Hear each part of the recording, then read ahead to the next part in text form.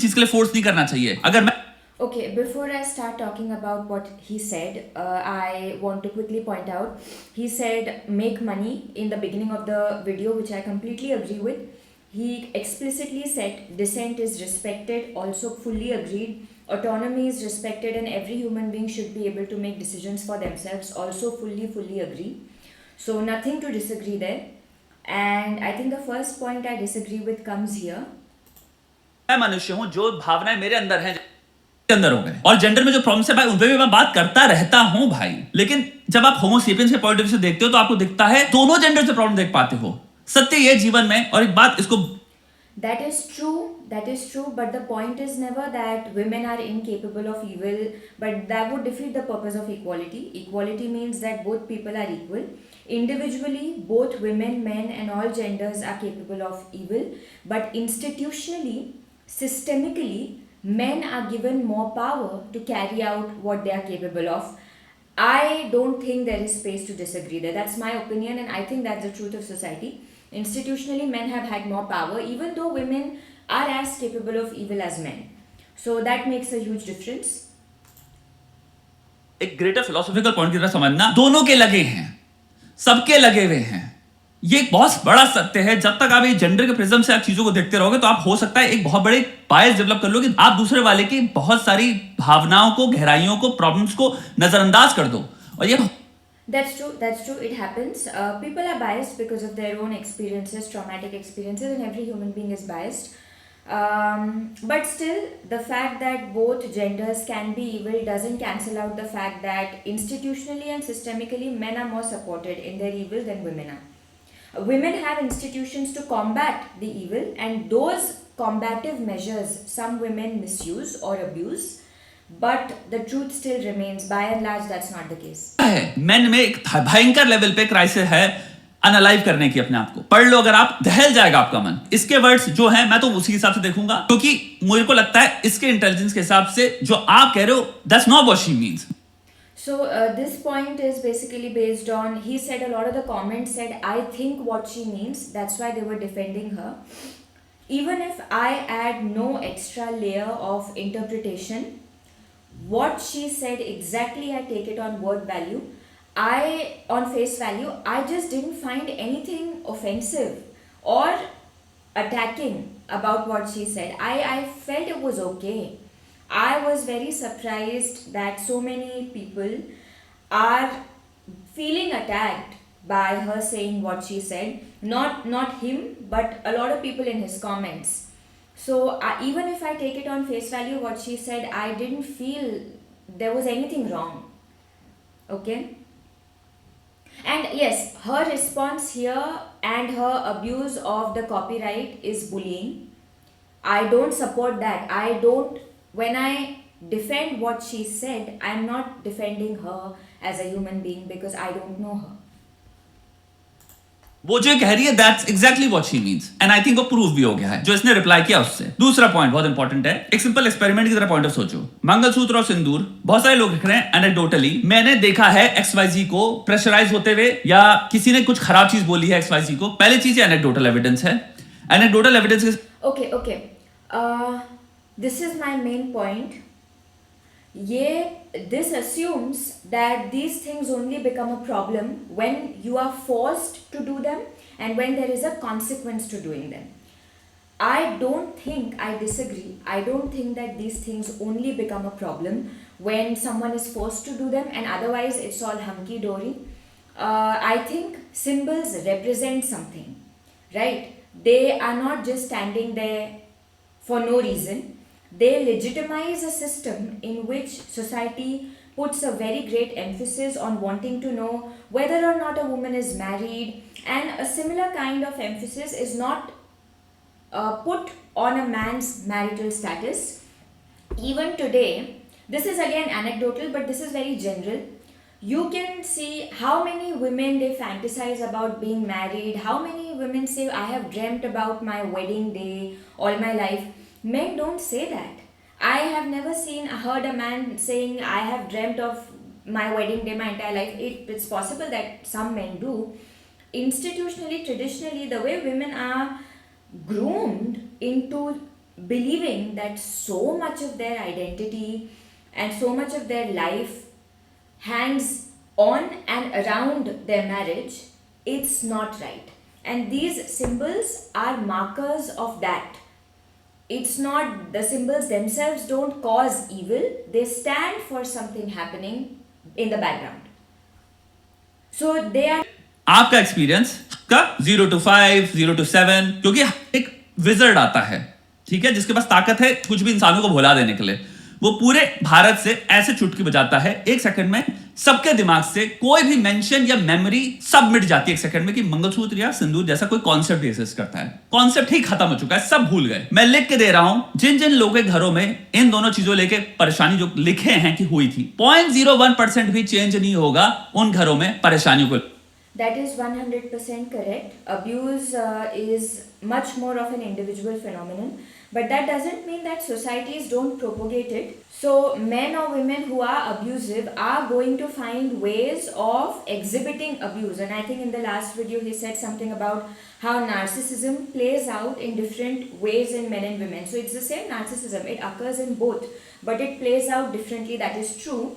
But again, that's not the point. These are two separate discussions. The fact that certain symbols constantly remind a certain section of a population what their place is. Some may find it flattering, some may find it unflattering, but it's a constant reminder. And the fact that abuse is an individual phenomenon which depends on individual empathy are two different things. One discussion doesn't nullify another discussion. One is about a systemic problem, another one is about an individual pattern.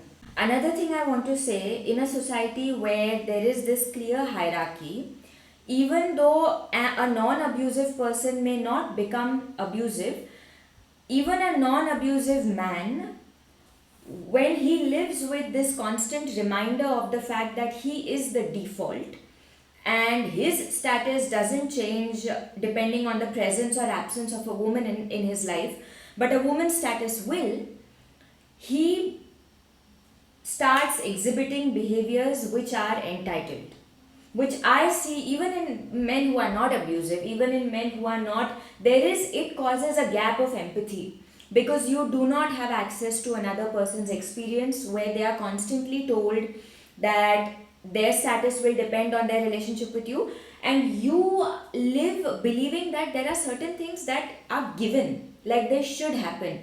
You don't question why is this happening in my favor. You don't question why should a girl change her last name, why can't I?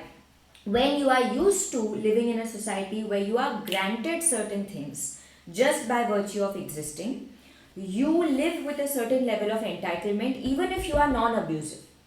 So it comes across for me a lot when I talk to men who are otherwise very good men.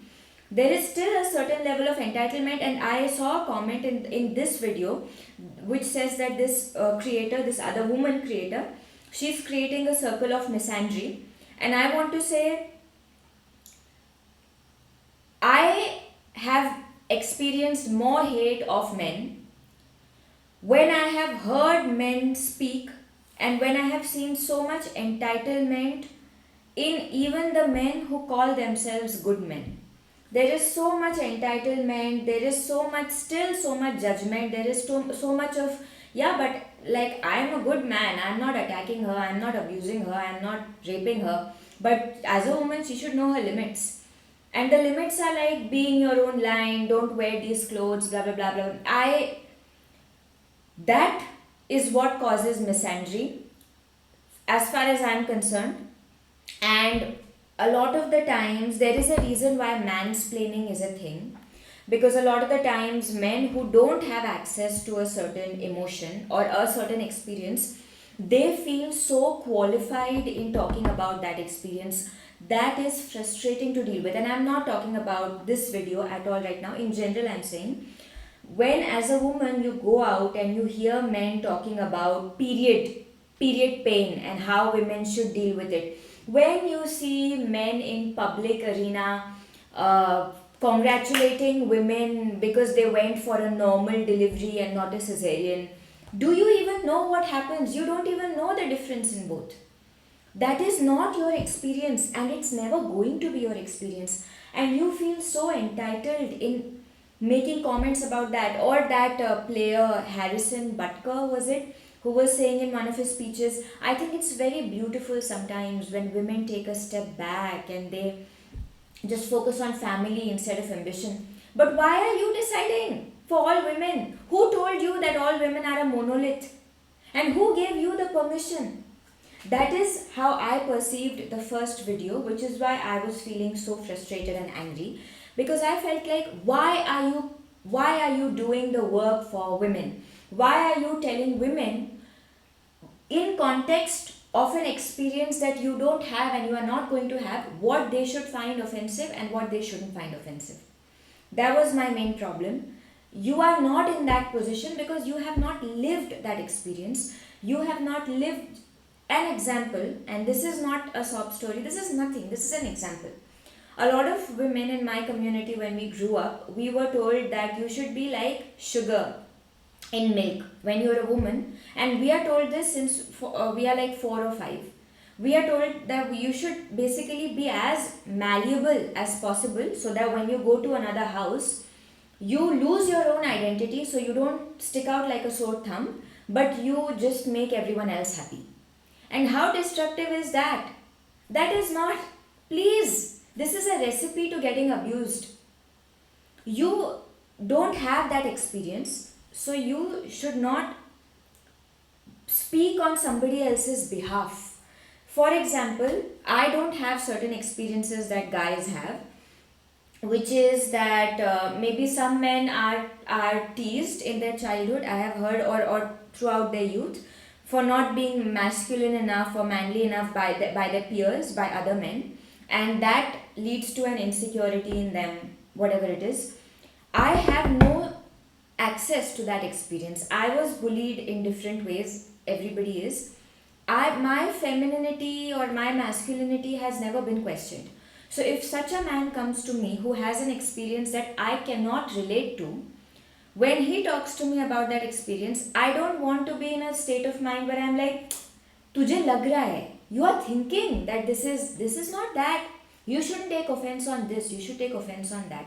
No, that is wrong.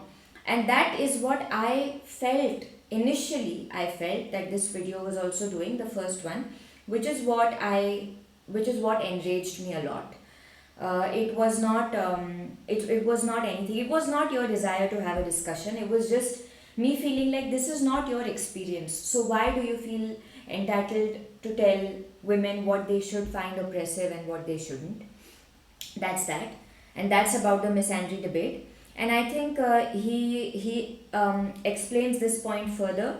And in the end, he refers to her being a mental health professional, which is probably why like people trust her.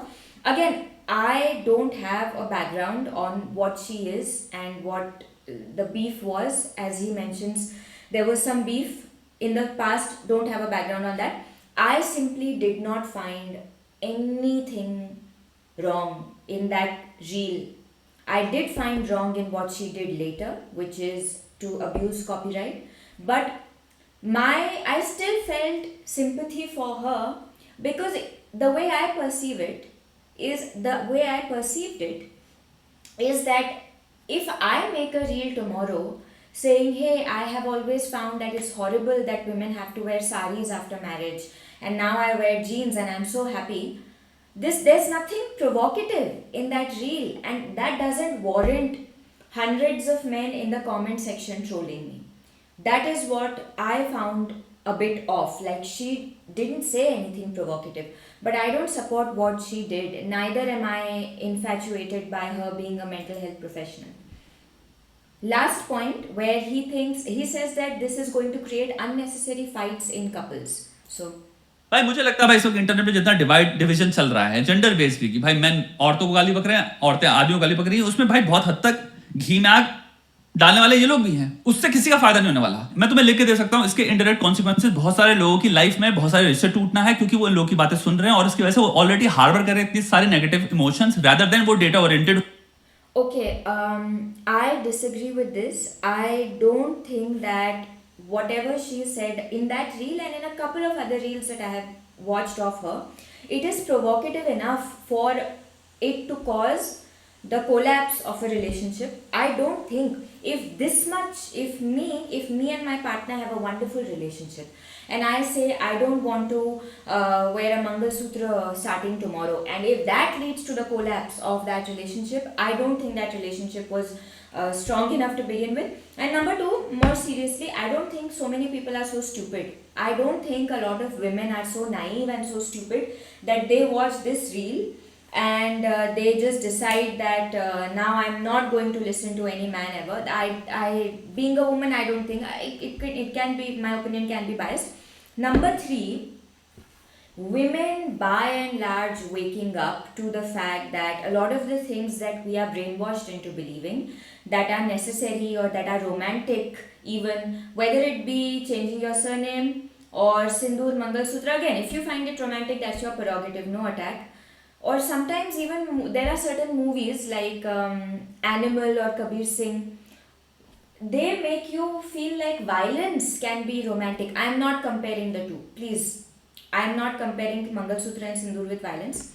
But a lot of the things in general, good, bad, ugly, neutral, which we have been brainwashed into believing that they are romantic, if more and more women wake up to the fact that they are symbols of a system, and that system is not necessarily looking out for you, it's not looking out for, it's not furnishing your need for romance, it is sold to you as romance, but it's not necessarily looking out for your well-being. If more and more women wake up to the fact, I don't think that it's going to lead to collapse of relationships which are not inherently exploitative or inherently based on inequality.